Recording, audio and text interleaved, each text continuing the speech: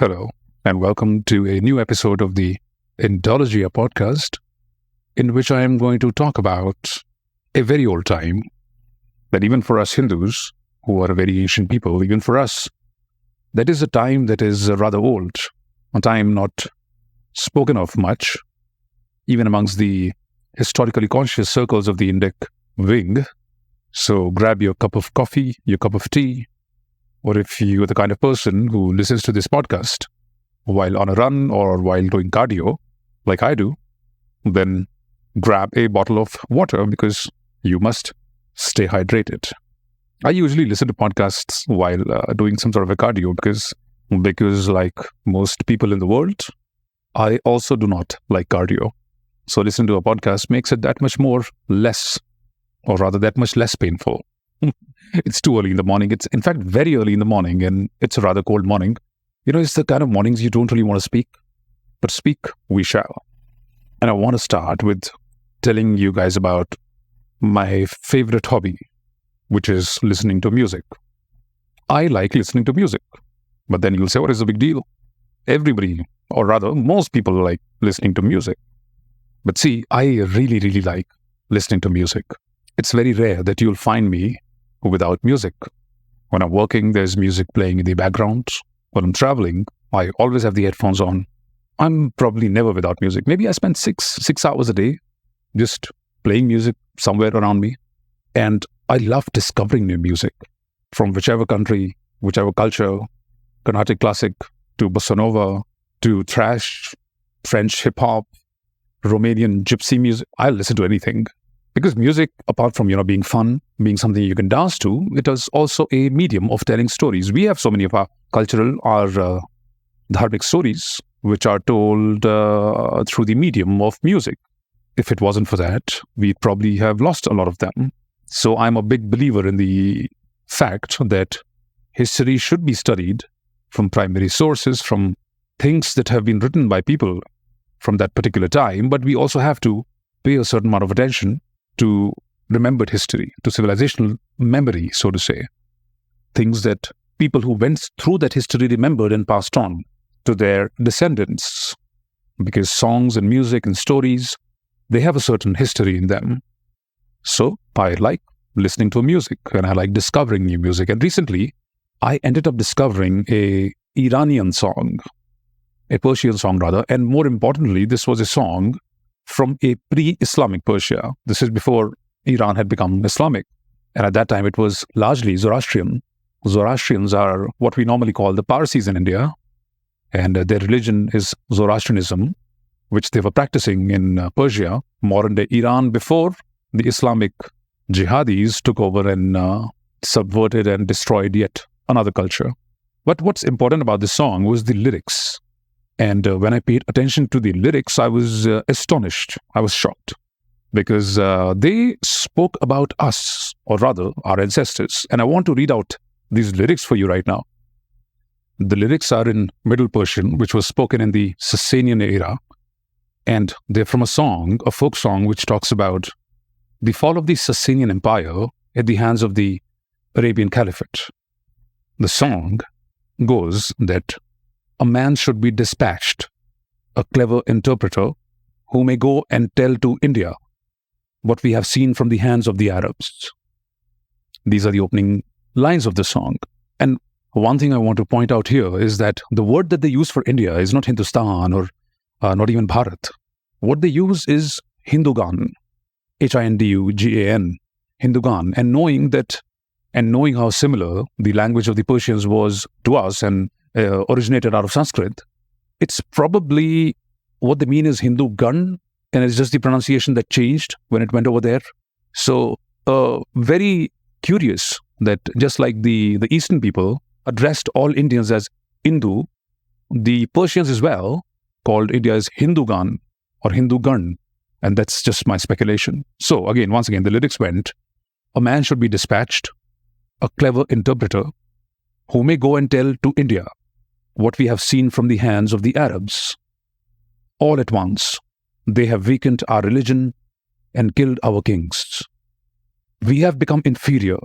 Now they are like kings.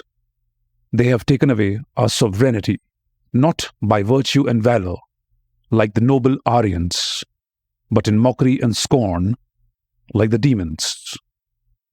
Now, this is a second point that caught my fancy, that they're talking about the Arabs. And of course, we know the history, that they came and they beat the Persians and it became an Islamic republic. But he says that they have taken away our land and they fought not with virtue and valor, like the noble Aryans.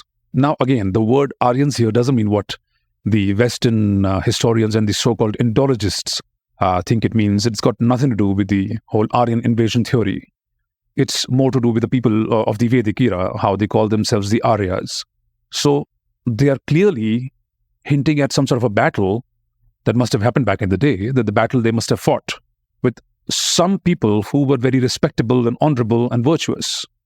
So that although the Persians got beaten by those people, they still respected them for having a certain virtue, for having certain morals, which clearly, in this song, they say that the Arabs do not have. So they want a messenger to be sent to India, a smart messenger to be sent to India to tell them, look, this is what we are suffering at the hands of the Arabs. And what do they aim to achieve from this certain messenger? Well, they say it in the chorus when they say that, when will a courier come from India to say that the king Bahram has come, having 1,000 elephants? So what they're expecting is that some king Bahram from India will come with 1,000 elephants and save them. Bahram is not really an Indian name, not a Hindu name. So I'm guessing it's Vikram. Was there a King Vikram in those times? And considering how popular the name Vikramaditya was, maybe they're referring to a Vikramaditya. And once again, it's just my speculation and the thoughts that were going through my mind when I was listening to this song. The Persians have this folk song that their people remember even today. Because this is a recent version of the song that a Persian man recorded. Because as you know, there is a certain awakening going on in Iran right now. There's a lot of resistance to the Islamic ways, especially against the hijab. It's been all over the news, so I'm pretty certain most of you know about it. And there is a certain resistance, a certain ex-Muslim movement going on in Iran, as well as the other parts of the world, but, particularly strong in Iran. So the fact that they still remember this song, a song about sending a messenger to India asking for help of the King Bahram who will come with 1,000 elephants. And my next thought was that we in India, the products of a British installed education system, we would find it difficult to believe, because we have been taught that, you Indians, you Hindus especially, you have no religion, you have no culture, you have no kings, you have nothing of greatness in your history, you have nothing to look up to, no bravery, you're cowards, you're bloody cowards. The foreigners came, they invaded you, they took over your lands, they killed your people. The invaders did whatever they wanted to do with you. You people are cowards. That's what we have been told. And yet, here you have a song from back in the day, and this is a song about the Persians asking for help from the Hindus. Please come and save us. Now, the next question that would arise in my mind is, why us? Why aren't they asking anybody else? Why are they asking us? Okay, we were rich in those times, we were powerful, but could there be another reason why they're asking us for help? And as I was thinking of it, I thought of similarities between the Parsis and us Hindus. And I do have a few Parsi friends, and I've spent a lot of time hanging out with them. And of course, I've gotten to know that culture pretty well. In fact, recently, last year, I was a witness to a Parsi wedding ceremony, and seeing some of the rituals they were doing, especially at one point, they took the bride's footprints on the ground. I remember that very clearly. And I remember thinking that that is a lot of the stuff they're doing is quite similar to what we are doing. And I just chalked it off to the fact that they've been living amongst us for such a long time. So perhaps they've picked up some of our habits. But there's a lot more than that. The importance of fire in their religion, for example, no other religion has that. None of the monotheistic faiths have that. And even if you go to their scriptures, for example, the Zoroastrian text Vendidad gives a list of 16 ancestral lands, the ancestral lands of the Persian people. But funnily enough, None of them their ancestral are in lands mainland are Iran. in Iran. Like in our texts, So where are they? you can figure Well, out they mostly what places are being spread mentioned in around Rig Veda. You can figure out. Afghanistan and Okay, the Indus these are our Valley places. region. The Again, places in very Akhand peculiar, Bharat. Most But of in these the Persian territories texts, overlap none of their with ancestral the lands territories are mentioned in the in Rig Iran. Veda. So where are they? So you have Well, they what mostly they call Hapta Hindu, spread around which is Afghanistan and the Indus Valley region. Again, very peculiar, right? Because Most of these territories phonetic shift overlap between the with Persian, the territories mentioned in the Rig Veda. our language. So you have what they call Hapta Hindu, which is Sapta So Sindhu. when we say Sindhu, They have for them it's Hindu, Harhavati, and that's which how is the word the came. Saraswati. So Sapta Because Sindhu there is a becomes tonal Hapta phonetic Hindu. shift between the Saraswati Persian becomes Harhavati. from those times and and Asura our becomes language. Ahura. So I remember this S last word becomes because I'm going to come back to this ZH. later. So when we say Sindhu, for them it's Hindu, and that's how the word came. So Sapta Sindhu becomes Hapta Hindu, Saraswati becomes Harhavati, and Asura becomes Ahura. Now remember this last word because I'm going to come back to this later. The linguistic similarities between the older Western language of the Zoroastrians and the Sanskrit, there are plenty of them. For example, the Zoroastrian Gatha, which are composed by their prophet, Zarathustra.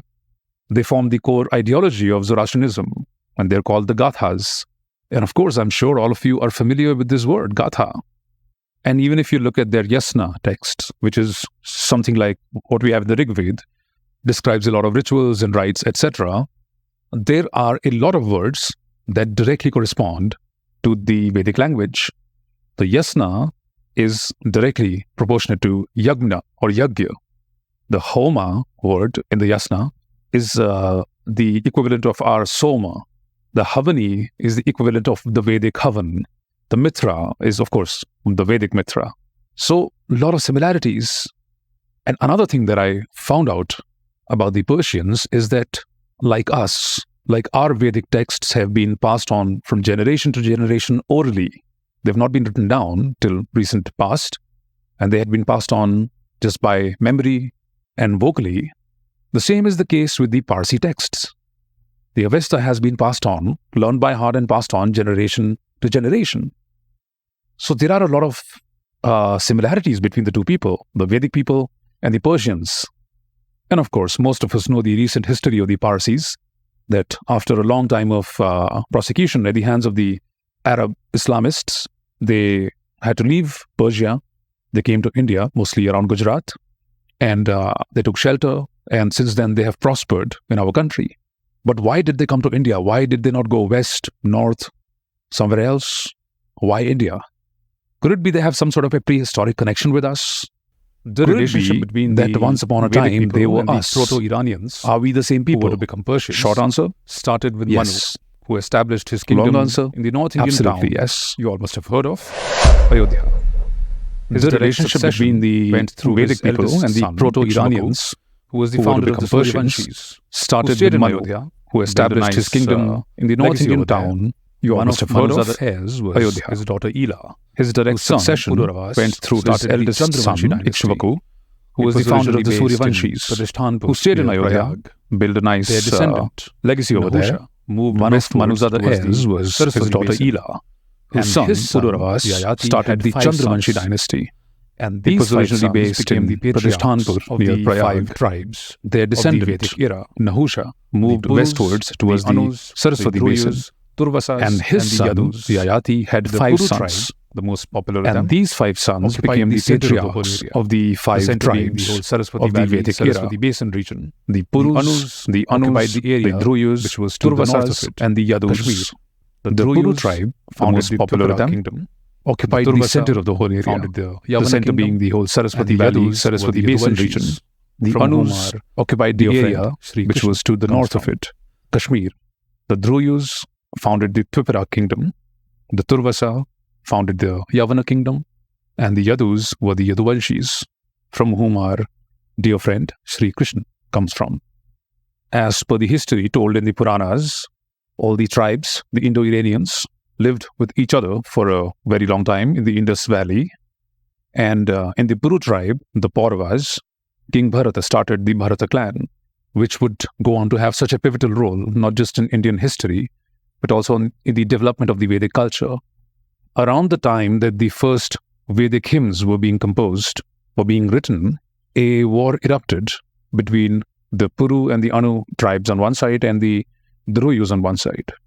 The war ended up being won by the Puru and gang, and the Druyus were forced to go west from the Punjab, and they went towards what is today's Afghanistan.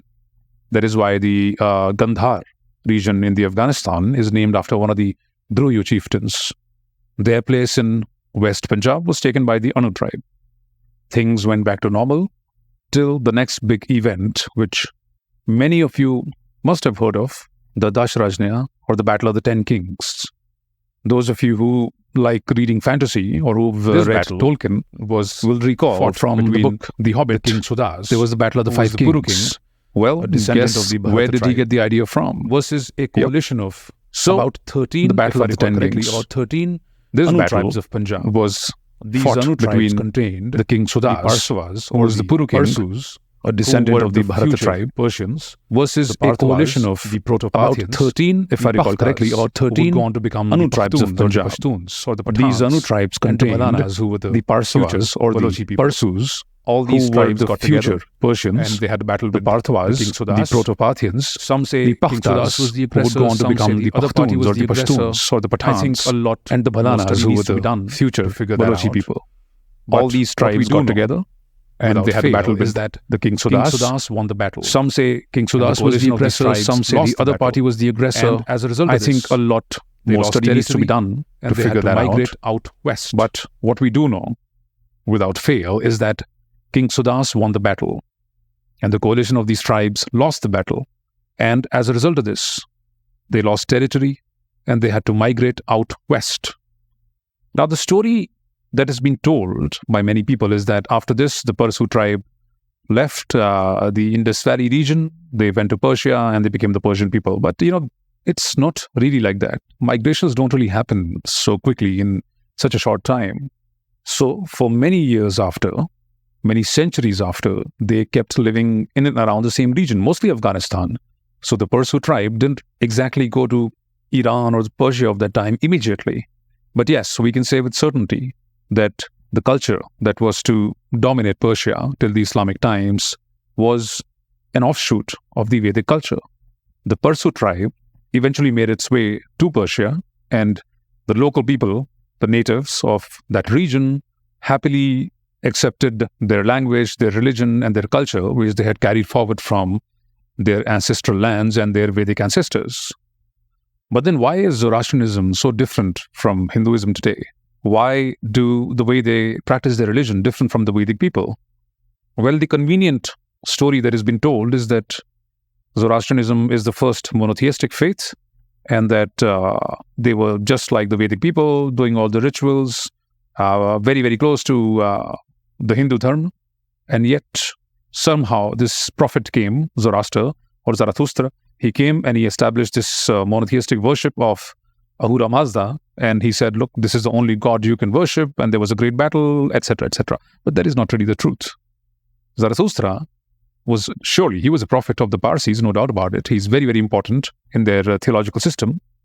He was an Atharvan Purohit. He was Atharvan Purohit by birth. But he held the Asuras in very high esteem, and he put the Devas down. So the Vedic people, our people, worshipped the Devas, and they said the Asuras are bad. And to be honest with you, I want to make one clarification here. The Asuras were not always bad. It is just a recent thing. And of course, we are Hindus. For us, recent is like 2000 years. So the Asuras were not really bad. In the Rig Veda, Rishi Vasishtha is often using the term Asura as a very positive, as a symbol of strength. The Rig Veda 7.6.1, Rig Veda 7.30.3, 7.21.7, the term Asura is used in a very positive manner. And let's not forget that the Asuras and the Devas, both of them, their origin is the same. They both are the sons of Prajapati. And yet, it seems that as time went on, for the Vedic people, that is our ancestors, the term Asura became negative. It started having negative connotations, but for the Parsis, or rather the Persians of those times, the Asuras kept having that importance, kept having that divine importance. Why was that? Well, one of them is the reason that Zarathustra, the prophet of Zoroastrianism, he held the Asuras in very high esteem, but he put the Devas down. In fact, the major Western text, Vendidad, its short form, Videvdat literally means given against the Devas. So it's very clear that the Devas are being put down and they're glamorizing and glorifying the Asuras. Yet it's not true that it was Zoroaster or Zarathustra who brought this monotheistic aspect into their religion. These beliefs were being formed over the centuries. Over times, these beliefs had been taking shape, and the differences between the Mazdaism and the Vedic traditions predated Zarathustra by generations. He was simply a spokesperson for already existing beliefs. But he's so important for them because he's the first one who put everything down on paper, who sort of codified everything in a systematic manner. But yet, Zoroastrianism was far from being any sort of a monotheistic system because they still worshipped other gods. They had other gods like Anahita, like Mitra. They still remained popular deities. And these similarities between the two systems can be seen by, and I find this quite funny in a sense, that the Vedic people considered themselves as the Aryas and the Iranians as Anarya, while the Iranians considered themselves to be the Aryas, and they considered the Vedic or the Paurva tribe as Anarya. So in a way, they were both following a similar system in a rather peculiar manner. But today, of course, the word Asura has a negative meaning for us people, for the Vedic people. And one of the reasons for that could be the great battle of the Varsagira, which happened a few generations after the Dasharajanya. And the center of this battle was the Afghan region, which was sort of a borderline between the Vedic Indian region and the Afghanian Iranian territory, near the Bolan Pass in southern Afghanistan. It was the Asura-worshipping Atharvans versus the Angirasa, the Paurvas versus the Anvas, the Zoroaster versus the Rishi Rajasthan, King Vistapa versus Maharaja Somka. This great battle was remembered by both the Iranians and the Indians as the Deva-Asura conflict, Dev versus the Asuras. And depending on which source you read, that side won the battle. Everybody claims to have won the battle, and I think there is no clear-cut winner in this battle. I think it's one of those battles of history when the conflict goes on and at some point the battle is just called off and certain territories, certain political boundaries are established and everybody just goes back to living their own lives. But it had one impact that lasts till today. The separation of the Parsu tribe or the Persians was final. The Vedic people or the Indians started seeing Asuras in a negative manner, and the Parsus, the Persians, got even further from the Vedic roots. And this probably happened also around the collapse of the Indus civilization. So a lot of things happening at the same time. Zarathustra, the prophet of the Zoroastrian people, died in this battle, and the Paurvas, the Puru tribe, they consolidated their control over the Indus, the Gangetic valleys, and as a result ensured that the Indian subcontinent was inherited by the followers of the Vedic tradition. And even after this battle and the losses that it caused, the people went living their lives in a rather peaceful manner. Boundaries were drawn, separation was finalized, yet everybody lived peacefully. None of the bloodshed and the goriness and the ugliness that the world saw after the advent of the Abrahamic religions. So going back to the song that I was talking about in the beginning, when they were speaking about losing a battle to the noble and virtuous people, the people who were not like the Arabs who beat the Persians with deceit, with cunning ways. So maybe the Persians were referring to one of these battles that they lost to a noble foe, but at least they didn't harm them, they didn't suppress them, they didn't destroy their culture, their theological system, like the Arabs did. And it also makes me wonder that had that messenger been sent to India, had he come to one of the Hindu kings, perhaps history would have been different.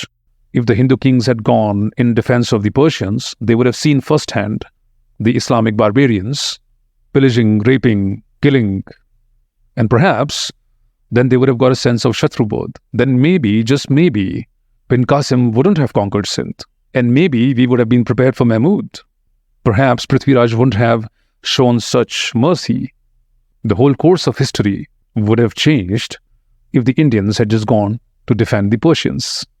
But again, this is just speculation because we don't even know if that messenger was ever sent, or did he ever reach India, but one cannot help but think how drastically the course of history would have been changed had that happened.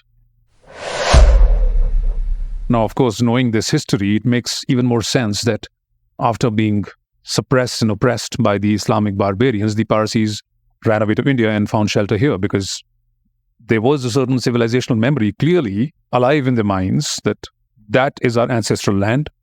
So let's go back to it, because when in trouble, everybody runs to their mother. So the Parsis came back to the motherland. And of course, they've done very well over here, thanks to their association with the British, thanks to their association with the shipping industry, and of course, the rise of Bombay. Because as Surat fell, Bombay rose. And in the new Bombay, the Parsis smuggled opium with the British, repaired ships for them at first, then started building ships for them, did a lot of trade. And by the end of the 18th century, Parsis owned more than half the tonnage of all the Indian ships that touched the port of Bombay. So very successful. And they also did a lot of business with the British. All the cotton that was being taken from India by the British, sometimes legally, sometimes at extremely cheap prices, most of the times illegally, the Parsis helped them with the shipping of the raw materials to the British mainland, where it was manufactured into clothes. And once those clothes came back to India, a lot of the Parsi traders were involved in retailing them and distributing them, especially in central and southern India. So the Parsis clearly have done very well. Even today in Mumbai, you can see some of the best real estate in the city being owned by the Parsis. There are a lot of Parsi colonies in Mumbai, and only Parsis live there. Outsiders cannot even buy any properties over there. So they are certainly a very successful community, the Tatas and the Wadias. And if you go and study their history, you'll see that it's a case of generational wealth.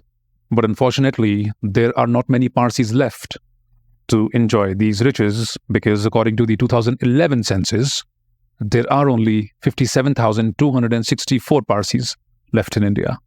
So, as I always say, demography is destiny. Well, now that we are talking about Iran already, there is a rather recent story about Iran that I want to recite here. This is about the operations of the RNAW in Iran, and the involvement of a certain peculiar Vice President of India, Hamid Ansari. This excerpt that I'm reading for you now is from a book by R.K. Yadav called Mission RNAW. So the story goes, Muhammad Hamid Ansari was one of the few Muslim diplomats in the Ministry of External Affairs. He was posted ambassador to Tehran in late 1990. After a few months of Ansari's taking over this assignment, one personal assistant, a fellow named Kapoor, was kidnapped from Tehran International Airport by the Iranian intelligence officials while he was returning from leave in India. This young official was tortured for 3 days, and his whereabouts were never informed to the Indian embassy by the Iranian government. He was continuously drugged and was given inhuman treatment during all these days before he was thrown on a lonely road in Tehran. Hamid Ansari, did not pursue this matter with the Iranian government, much to the discomfort of the staff posted in the mission at Tehran. The Kashmiris from India were imparted religious preachings at a religious center at Qom near Tehran by the religious clergy of the Iranian counterpart. RNAW officials posted in the mission were monitoring the activities of these trainees and reporting it to the headquarters with information to Ansari, who was against some of these reports. One RNAW officer, D.B. Mathur, had developed his contacts in this religious center and used to procure inside information through his sources, which was known to Hamid Ansari.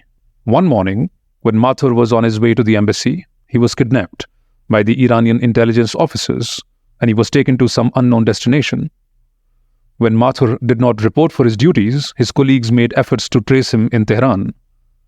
Hamid Ansari sent a casual report on Mathur's disappearance to the Ministry of External Affairs and did not take up this matter seriously with the Iranian government.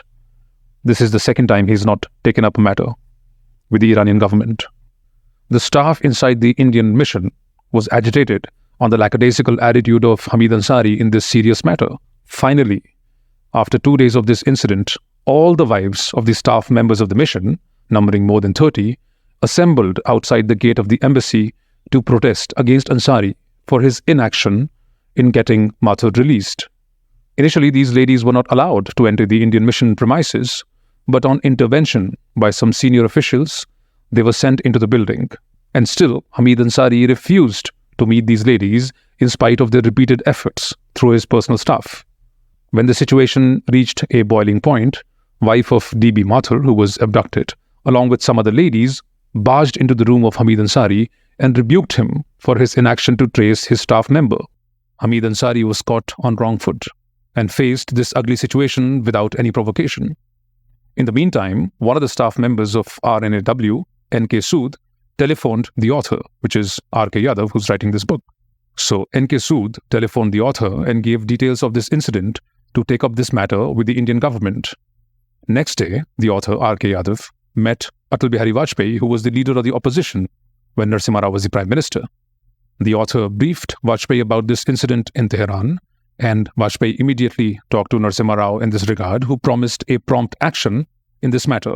DB Mathur was released by the Iranian intelligence officials when the Prime Minister's office intervened and took up this matter with the Iranian government. Mathur was subjected to third-degree torture by the Iranians to get inside information of RNAW agents in Iran, which he refused to divulge.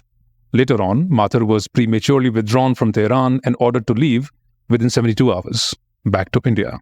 It was the most unfortunate incident when Ansari did not get it resolved at his own level, and the Indian government had to intervene to get released its official from the Iranian intelligence officials. Most of the operations of RNAW received a big setback after this incident, since its operatives became insecure due to the inaction of Hamid Ansari. RNAW operatives had penetrated inside the Qom religious center to monitor the activities of some Kashmiri elements whose activities were detrimental to the security situation in Jammu and Kashmir. But this incident made them abort further infiltration inside that center at that point. Later on, a senior RNAW official was sent to get the factual details of this matter. That officer also indicted Ansari in his assessment to the RNAW Secretary Narasimhan, who chose not to rake up this matter with the government in view of his own incapabilities. Later, one security official, Muhammad Umar, posted at the embassy, was approached by the Iranian intelligence officers to work for them. Umar refused to oblige them and informed his seniors in the embassy, who in turn briefed Ansari that Umar could be targeted after his denial to Iranian intelligence officials.